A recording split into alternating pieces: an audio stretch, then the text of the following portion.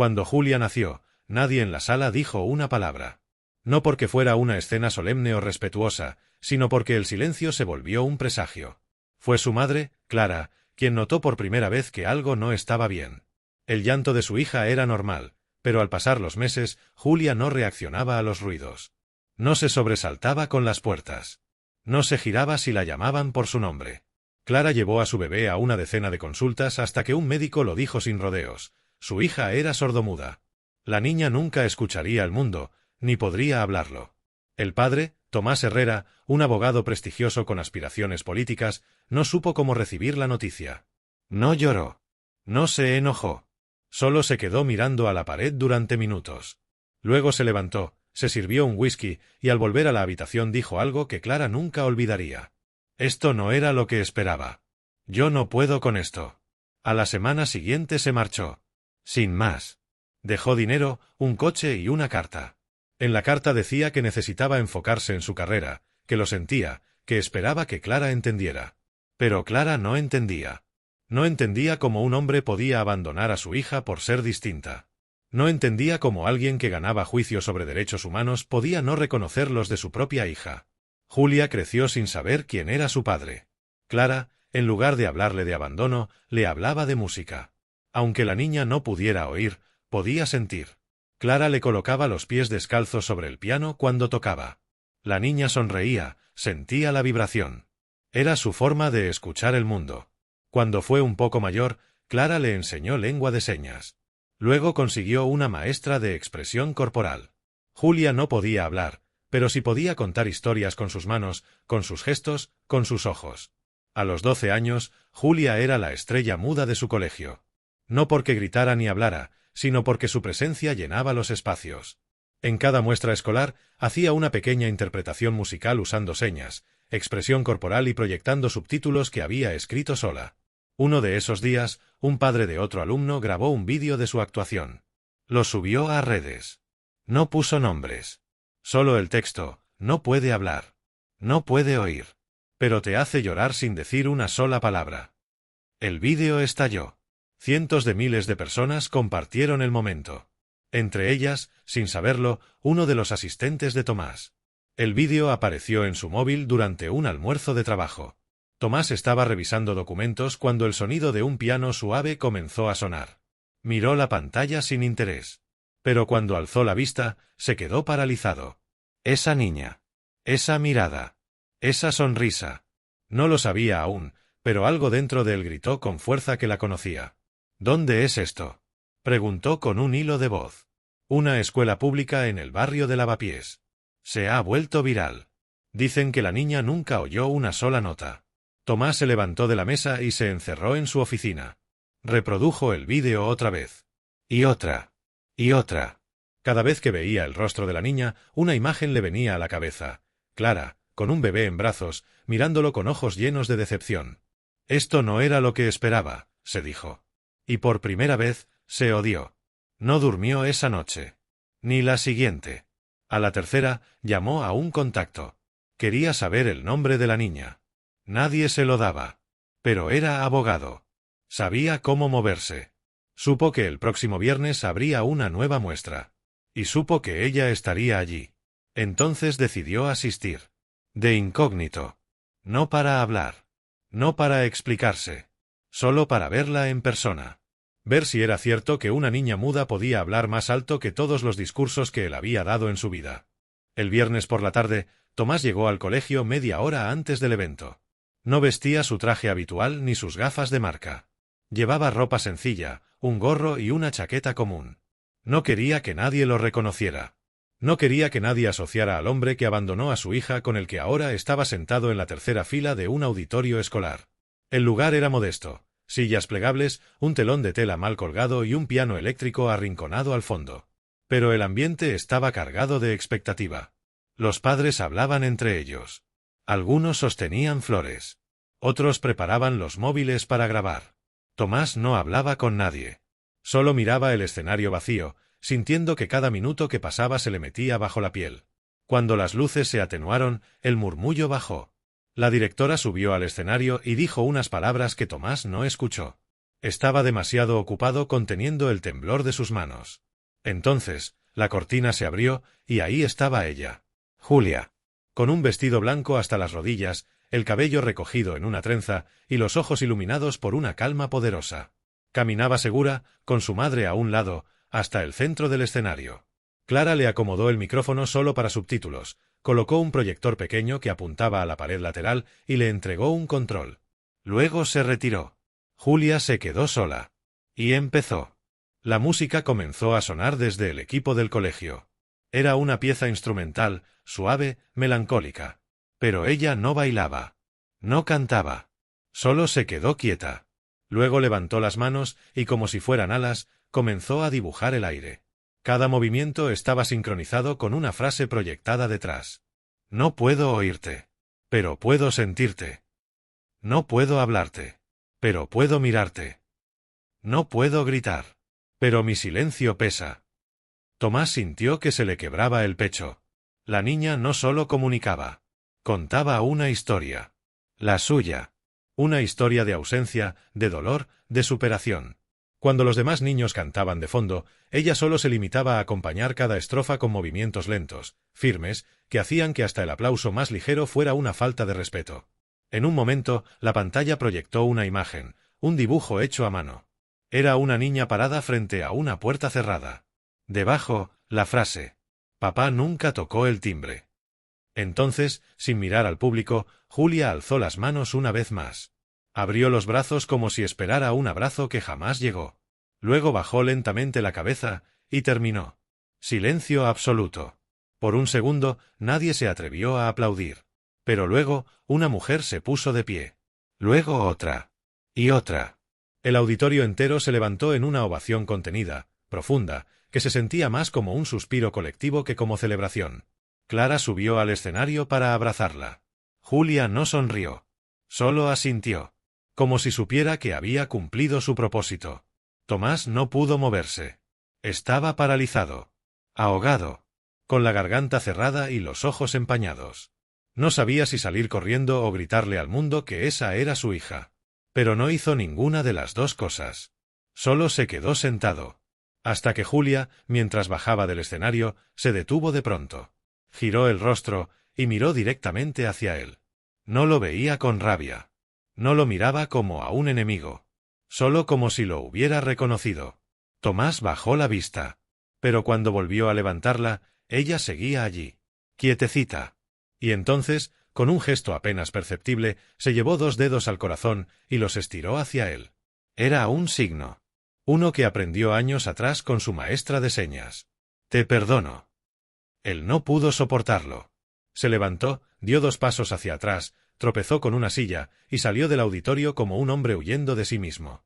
Tomás se encerró en su despacho y no salió por 2 días. Canceló reuniones. Apagó su teléfono. No comió. No dormía. Solo veía el vídeo que alguien había grabado del evento escolar. La imagen de su hija levantando las manos hacia él, haciendo el signo que significaba te perdono, era como un martillo que golpeaba su pecho una y otra vez. Pero lo que más lo destrozaba no era el gesto, sino la mirada de Julia, tan serena, tan madura, como si ella hubiera aceptado el abandono años atrás y ahora fuera el quien debía alcanzar la altura de su hija. La culpa, que durante años había callado, ahora gritaba con todas sus letras. ¿Cómo había sido capaz de irse? ¿Cómo pudo convencerse de que era lo correcto, de que un hombre como él no podía cargar con una hija defectuosa? Las palabras que había pronunciado en aquella sala del hospital eran ahora cuchillas que lo perseguían sin tregua. La tercera mañana, se vistió, tomó aire y fue directo a casa de Clara. No avisó. No llamó. Se plantó en la puerta del mismo edificio donde ella vivía desde que él se marchó. Tocó el timbre. Esperó. Ninguna respuesta. Tocó otra vez. Un niño pasó por la acera, lo miró y dijo, ella está en el centro cultural con la niña. Ensayan algo. Sin pensarlo, Tomás caminó 4 calles y llegó al centro. Entró. Vio a Clara desde lejos, sentada junto a Julia. La niña practicaba movimientos lentos frente a un espejo, y Clara le señalaba con las manos algunos ajustes. Había más niños en el salón, pero él solo la veía a ella. Esperó hasta que la clase terminó. Clara lo vio primero.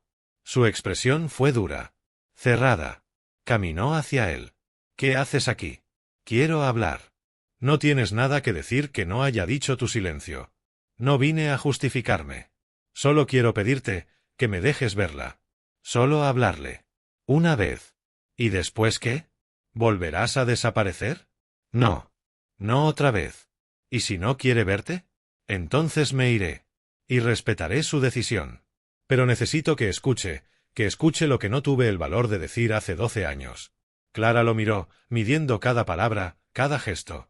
Finalmente, asintió con un movimiento seco de cabeza. Está bien. Pero si le haces daño otra vez, no volverás a acercarte nunca más. Minutos después, Julia salió del vestuario. Llevaba un abrigo viejo y el cabello suelto. Al verlo, se detuvo. No estaba sorprendida. No estaba asustada. Solo lo miró con una calma desconcertante. Tomás se acercó despacio. Se agachó a su altura. Habló sin que su voz temblara, pero con los ojos llenos. No sé si puedes entenderme ahora. No sé si esto sirve de algo. Pero necesito que sepas la verdad. Cuando supe que ibas a venir al mundo, tenía miedo. Cuando supe que serías distinta, fui un cobarde. Pensé que no estaba hecho para esto. Que no sabría cómo ser padre. Me equivoqué. Me equivoqué de la peor manera. Y lo sé ahora. Porque te vi. Porque te sentí. Porque por primera vez escuché lo que nunca fui capaz de oír. Tu voz, sin sonido, me dijo más que todos los discursos de mi vida. Lo siento. Lo siento más de lo que sabrás jamás. Y no vengo a que me perdones. Vengo a darte lo que te negué, mi verdad. Mi arrepentimiento. Mi presencia, si tú la quieres. Pero si no me quieres cerca, solo dilo. Y desapareceré. Esta vez, con razón. Julia no respondió. Solo lo observó por un instante. Luego levantó las manos. Primero, hizo el signo de silencio. Luego, el de dolor.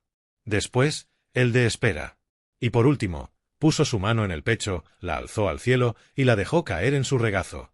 Clara, desde el fondo, se tapó la boca con las manos. Tomás no comprendía del todo, pero Julia sacó una libreta de su mochila. Abrió una página y escribió con letra firme. No quiero que desaparezcas otra vez. Pero tendrás que aprender a quedarte. Él leyó la frase. Y rompió. Se arrodilló frente a ella, tomó la libreta con ambas manos, la presionó contra su pecho y sin poder contener las lágrimas, dijo. Te lo juro. Julia lo miró. No sonrió. Pero tampoco se fue. Solo se quedó ahí, como si por fin, por primera vez, estuviera escuchando a su padre. Tomás comenzó a ir al centro cultural todos los días. No como abogado. No como político. Como padre. Se sentaba al fondo, observaba las clases, aprendía en silencio. Miriam, la instructora de Julia, le ofreció un cuaderno de señas para adultos. Él lo aceptó. Estudiaba por las noches. A veces practicaba frente al espejo. Otras veces cometía errores frente a su hija, y ella le corregía con una mueca, con paciencia, con ironía. El vínculo era frágil, pero real. Julia no era una niña que perdonara de palabra. No tenía voz para ello. Pero sus gestos, sus pausas, su forma de mirar, iban diciendo lo que aún no se atrevía a afirmar del todo. Tomás, por su parte, no forzaba nada. Se sentaba, escuchaba y volvía al día siguiente. Clara lo miraba todo con distancia. No creía en redenciones instantáneas. Pero cada día que él aparecía, algo en su rostro se ablandaba. Una tarde, Miriam anunció que habría una presentación especial en la Biblioteca Nacional. Sería un homenaje a la inclusión, y Julia había sido invitada a participar como figura principal. Haría una interpretación en lengua de señas de una canción compuesta por ella misma, con la colaboración de una pequeña orquesta juvenil. El auditorio se llenó. Tomás fue el primero en llegar. Se sentó en la segunda fila, traje sencillo, manos cruzadas. Julia subió al escenario con su vestido gris, su moño firme y la expresión de quien ya no tenía miedo de mostrar el alma. Al fondo, los músicos afinaban. Ella se colocó en el centro, esperó la señal y comenzó. La canción era suave, melódica, con una base de piano y cuerdas que sostenía cada palabra que ella dibujaba en el aire. No había letras en voz alta. Solo subtítulos proyectados al ritmo de sus gestos. Cuando era pequeña, soñaba con un lugar donde no doliera ser distinta. Cuando fui creciendo, creí que ese lugar no existía. Pero ahora, lo estoy construyendo. Tomás lloraba sin vergüenza. Los músicos acompañaban cada movimiento de la niña como si fueran testigos de algo sagrado. El público no aplaudía entre estrofas. Solo miraba. Callaba. Sentía. En el clímax de la canción, Julia cambió la dirección de sus señas. Ya no miraba al frente. Miraba hacia la segunda fila. Miraba a él. Y sus manos dijeron: «Gracias por quedarte». Tomás se llevó una mano al pecho. Cerró los ojos. Y en un impulso que no fue planeado, se puso de pie, subió al escenario y se colocó a su lado. Nadie lo detuvo. Julia no se movió. Él levantó las manos y con torpeza comenzó a repetir sus gestos. No lo hacía bien. No tenía el ritmo. Pero lo intentaba. Con cada sílaba invisible. Con cada error. Con cada temblor. Era como ver a un hombre desarmarse frente a su hija y pedirle permiso para entrar en su mundo. Y entonces ocurrió lo imposible. Julia le tomó las manos. Lo miró a los ojos. Y ambos terminaron la canción juntos. El silencio en la sala fue sepulcral. Hasta que alguien aplaudió. Luego otro. Y otro. Y al cabo de segundos, todos estaban de pie, gritando, llorando, celebrando lo que acababan de presenciar, no solo una presentación, sino una reconciliación. Un periodista que estaba entre el público grabó la escena. Lo subió a redes con el título: «Padre aprende lengua de señas para acompañar a su hija sordomuda en el escenario. Ella lo perdona en pleno concierto». El vídeo se hizo viral. No por la música. No por la fama del padre. Sino por el momento en que Julia, sin decir palabra, le mostró al mundo que el amor no necesita sonido, solo presencia. Hoy, Tomás renunció a su candidatura política. No porque fracasara, sino porque descubrió algo más importante: ser padre era la única campaña que valía la pena. Julia sigue tocando el mundo con sus manos. Y cada vez que lo hace, alguien llora en silencio, recordando que el amor más fuerte es aquel que encuentra un idioma nuevo cuando todos los demás han fallado. Y así, una niña sin voz logró enseñarle al mundo cómo se escucha de verdad.